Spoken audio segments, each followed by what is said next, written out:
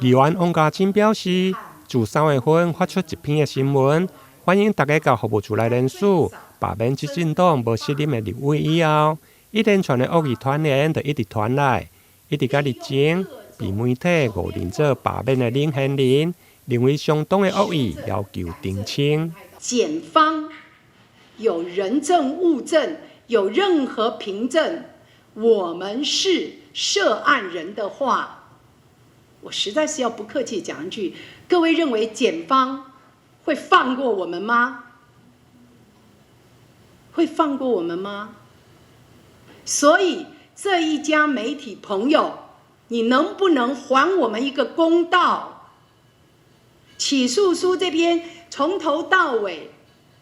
与本人相关的，我想大家也知道是些什么内容。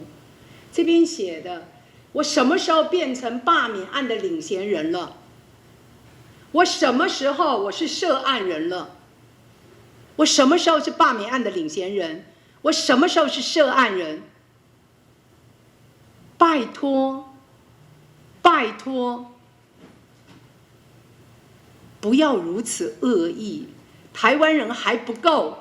仇恨吗？对此，真正的林贤麟、胡永龙本身嘛站出来，虽然是议员王家珍的助理秘书，但澄清担任林贤麟是个人的意愿，甲着议员无关系。至于被检调查，唔定讲出家己内心的煎熬，嘛为另外一位林贤麟来表示唔甘。今天，我身为全国第一个遭到搜索、遭到调查的领衔人，我在3月18号早上一早7点多，台南调查处就带着搜索票，还有传票来到我家，然后就是一连串的搜索，并把我带回去市调处，从早上10点一路到晚上7点，移送到地检署，又复训2个多小时，到晚上9点50分才步出地检署，长达11个小时的疲劳问讯。但我不是第一个人。与此同时，我们很多罢免团队的伙伴、党工也遭到同样的手段，用高压的方式，在地检署里面遭到讯问。地检署的检察官利用言辞的恐吓、胁迫的方式，让他心生恐惧，使他做出了一些可能违背于事实、违背于他自己所认知的事情，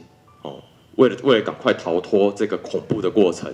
而做出的陈述。因为议员甲着罢免林贤麟是助理的关系，王家珍这位头家除了关心员工，另外对着起诉书的内容，呼吁执政者甲着部分的媒体唔通超过恶意，制造台湾人之间的纠纷。台南新闻林根采访报道。